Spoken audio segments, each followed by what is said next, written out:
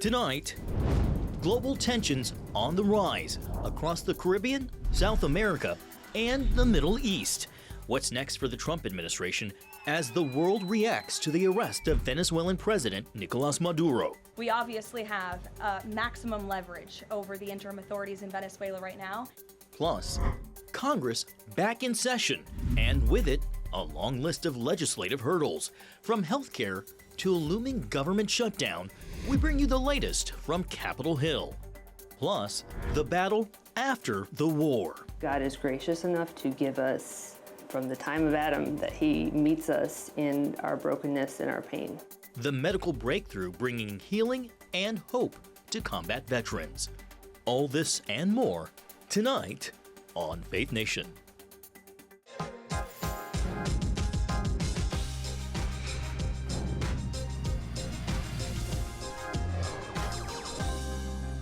The United States easing sanctions on petroleum in Venezuela while exerting a bold show of force on the high seas. Good evening in Washington.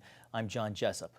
Well, American officials confirm U.S. forces seized 2 oil tankers in a pre-dawn operation, one in the Atlantic and the other near the Caribbean.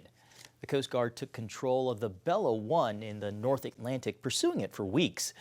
During the chase, the tanker was renamed Marina and claimed by Russia.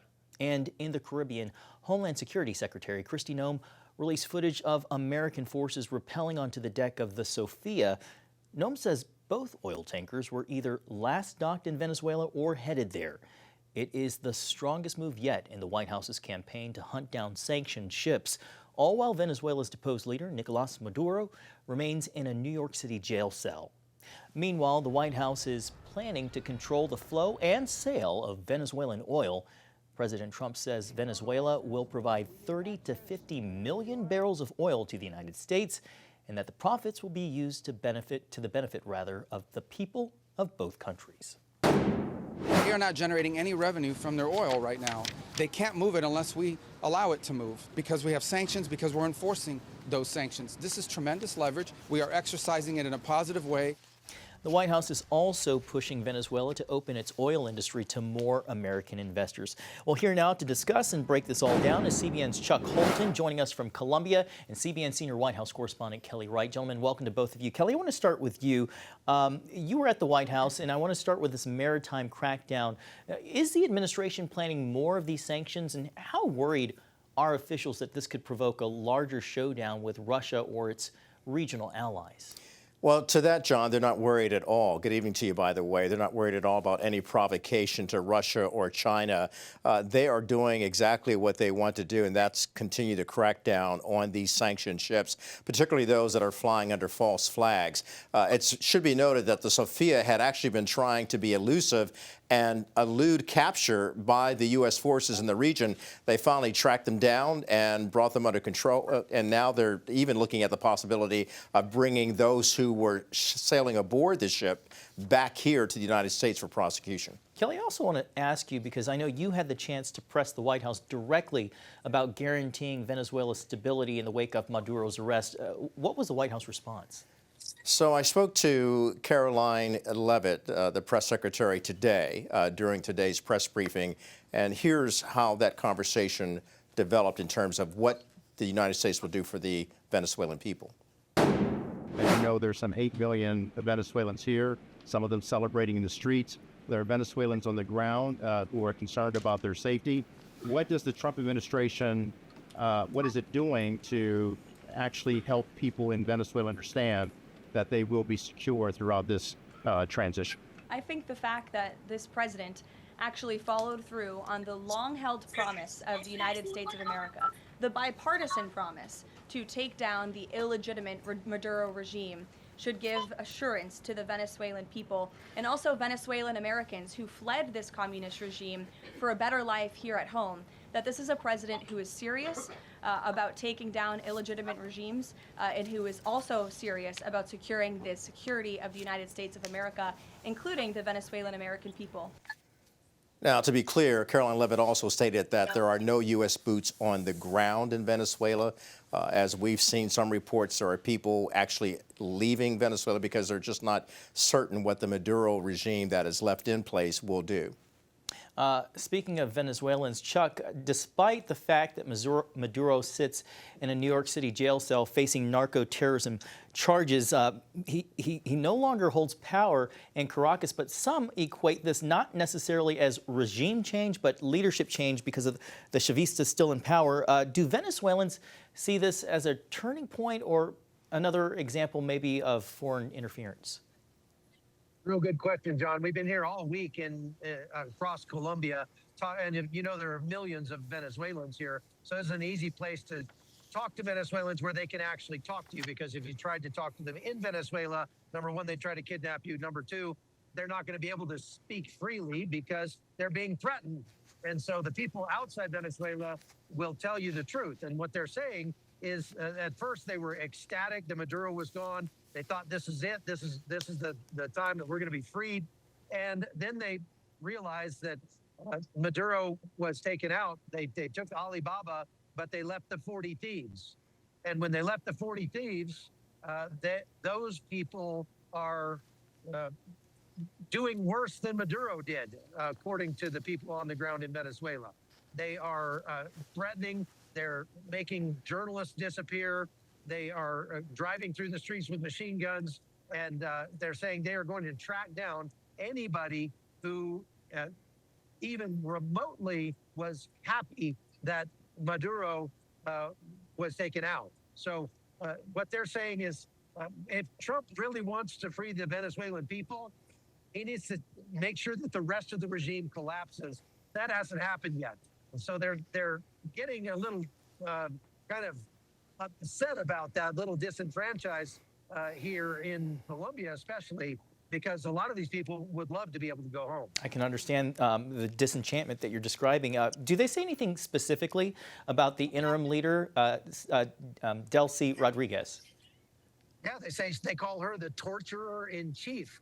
She's the daughter of a former terrorist, and she is more hardcore, more leftist, more communist, and more connected to the Cuban intelligence agency than Nicolas Maduro himself.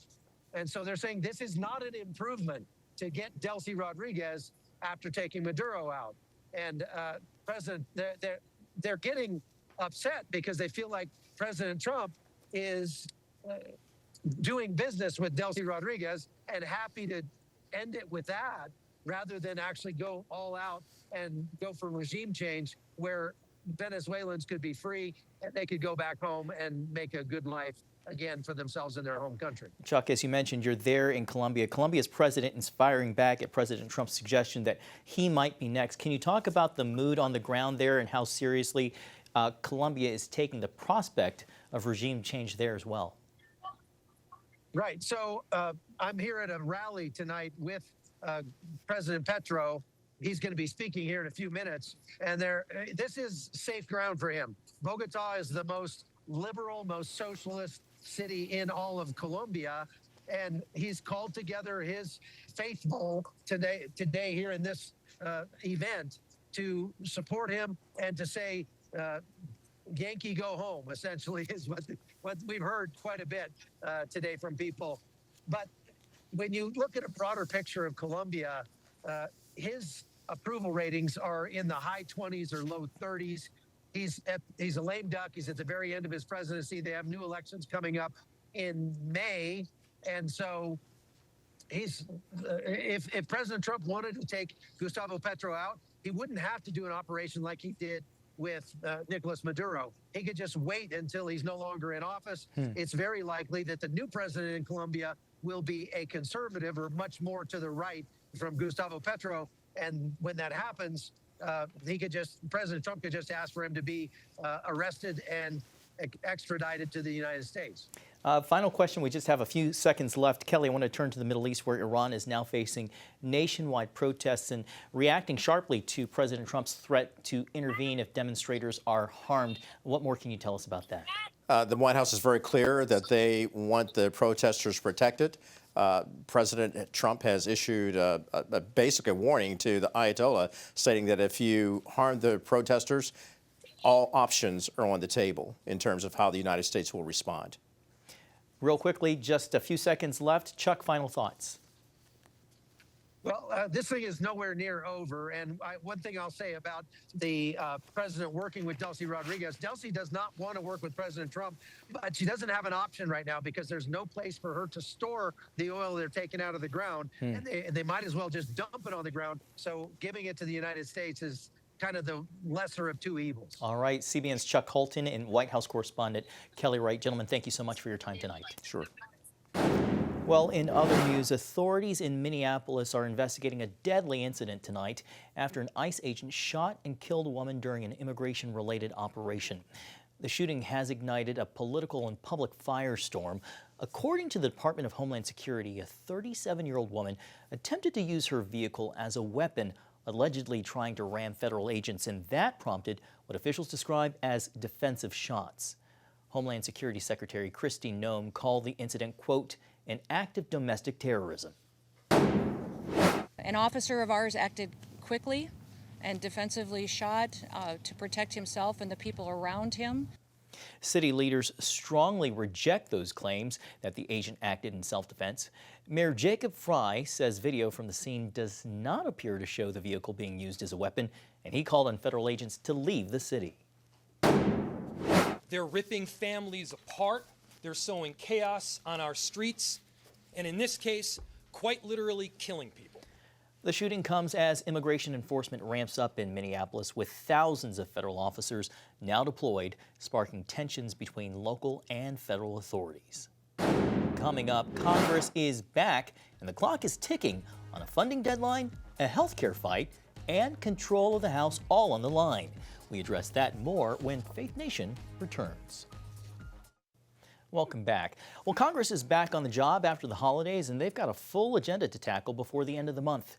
Joining us now, Capitol Hill correspondent Michelle London, who's been tracking the latest developments. So, Michelle, what are the top priorities this week? John, good evening to you. First up, affordable care subsidies, which expired back in December. Today, the House voted on whether to move forward with legislation that would revive the Obamacare subsidies for another 3 years. Meanwhile, in the Senate, some lawmakers are pushing for a compromise that includes Maine Republican Senator Susan Collins, who wants the expired subsidies extended for 2 years with a cap on eligibility. Listen. I think that the enhanced premium tax credits need to be extended to help lower income and middle income families afford health insurance, the premiums for which have gone sky high. And John, the bill is expected to pass the House tomorrow with support from all Democrats and a handful of Republicans. Then it's up to the Senate. Looking ahead, Congress has just over 3 weeks to pass 6 remaining funding bills in order to avoid another government shutdown. Some of those would include funding the Departments of Defense, Labor, and Health and Human Services. A lot of work, very yes. So President Trump suggested on Monday to congressional Republicans at the Kennedy Center that they should be, quote, flexible on the Hyde Amendment. Of course, that's the annual rider or provision that prohibits federal tax dollars from being used for abortions. How have Republicans responded to that? Well, John, the president sees being flexible on the long-standing amendment as one of the things that would take away health care, which is a key issue for Democrats leading to the November midterms. When asked for his reaction, Oklahoma Senator James Lankford said, quote, I'm not flexible on the value of every child's life. Children are valuable, and so I'd have to get up to the context of what he meant by that. Meanwhile, House Speaker Mike Johnson also pushed back on Trump's comments, saying in a statement that lawmakers would, quote, not change the standard of not using taxpayer funding for abortion. President Trump did tell House Republicans that they will make history and break records with an epic midterm victory ahead. During the same event, however, he also warned that if GOP lawmakers do not win and remain the majority, that he would likely be impeached. John. All right, CBN Capitol Hill correspondent Michelle London. Thanks, Michelle. Well, up next, hope for heroes. The simple treatment helping veterans finally find peace after years struggling with PTSD.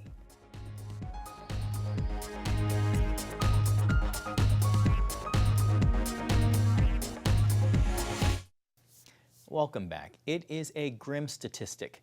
18 U.S. military veterans commit suicide daily. The leading cause is post-traumatic stress disorder. And one doctor says he's found an effective treatment to help heal these invisible war wounds. CBN medical reporter Lori Johnson explains the procedure some call an answer to prayer. For more than a decade, Dr. Sean Mulvaney has performed a unique nerve block on thousands of combat veterans to help minimize their anxiety, anger, and nightmares stemming from war. After serving 31 years as both a Navy SEAL and Army physician, Dr. Mulvaney understands a soldier's emotional battle better than most. They're good people that love their country. We owe them. The stellate ganglion block involves injecting a local anesthetic into the stellate ganglion nerve bundles on either side of the neck. They're connected to the brain and largely responsible for the body's reaction to perceived danger.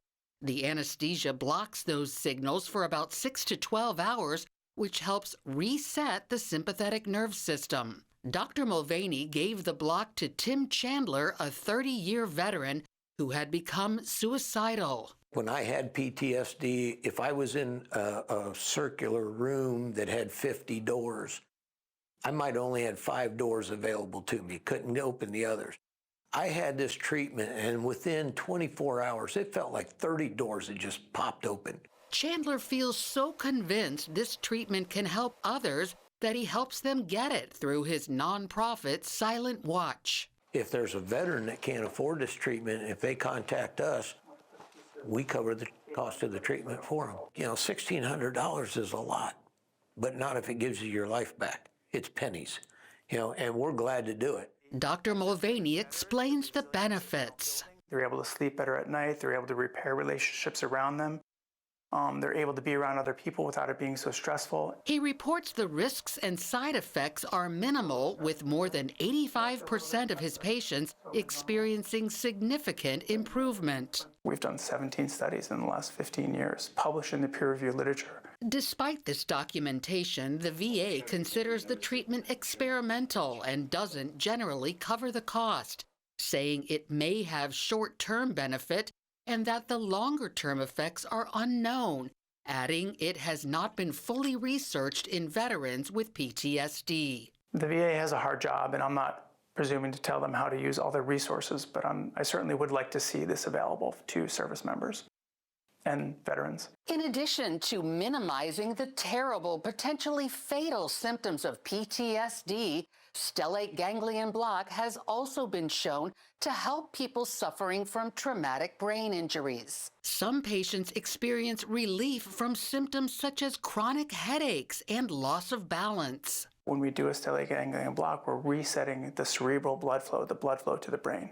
And that in traumatic brain injury, there can be these areas of persistent hypoxia or low oxygen, and we're able to restore that. The block can also help relieve what amputees call phantom limb pain. I lost my legs in Iraq to an IED explosion in 2006. I would get the sensation of being stabbed repeatedly in some part of my foot over and over and over, about every 15 seconds for like a day or two at a time. The SGB was the answer to a search that had taken years to find. After getting the SGB, I felt like my old self for the first time in a long time. That's what gives me so much joy, is feeling like the man that I know that I am. And I am so delighted that this procedure exists. Former combat vet Renee Witherspoon calls the treatment an answer to prayer. God is gracious enough to give us from the time of Adam, that he meets us in our brokenness and our pain. And so he provides medicine and ways to heal us. Fighting ISIS in the Middle East left her with unshakable fear and anxiety. You develop a heightened sense of awareness, so everything is potentially a threat. She turned to Dr. Mulvaney for help.